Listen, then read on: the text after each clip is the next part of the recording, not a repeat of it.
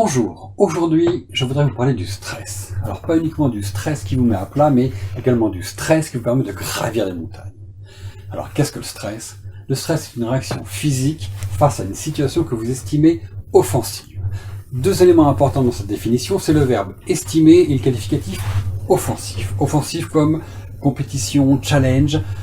Par exemple, vous recevez une proposition d'évolution, ou enfin vous allez avoir plus de responsabilités. Et puis offensif, c'est aussi un choc, une lutte, de l'animosité. C'est par exemple, vous recevez une proposition d'évolution, alors que vous n'y connaissez rien, ou vous allez avoir plus de responsabilités. Vous êtes déjà complètement dépassé.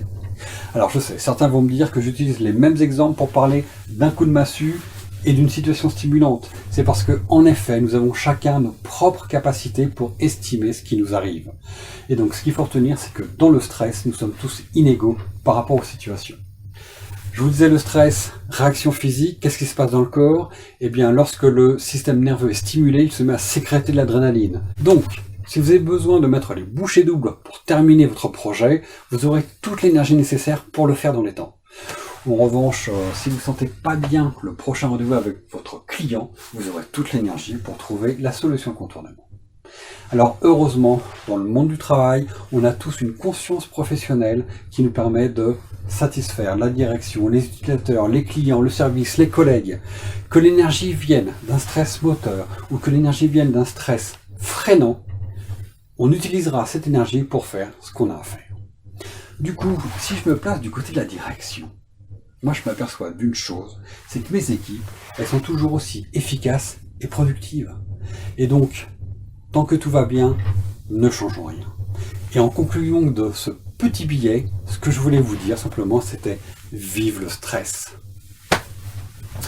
On pourrait s'intéresser aux effets du stress à long terme. Effectivement, si vous ne prenez pas soin de votre outil principal qui est le corps, en lui proposant des moments de ressourcement ou des pauses régulières pour recharger les batteries, immanquablement, vous allez rentrer dans l'engrenage des petits bobos qui vont vous mener aux maladies cardiovasculaires et qui pourront se terminer par dépression ou un burn-out.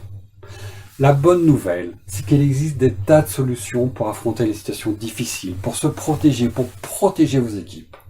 Alors j'espère que nous aurons l'occasion de nous revoir bientôt pour pouvoir en parler en détail ensemble. Je vous remercie de m'avoir écouté. Portez-vous bien.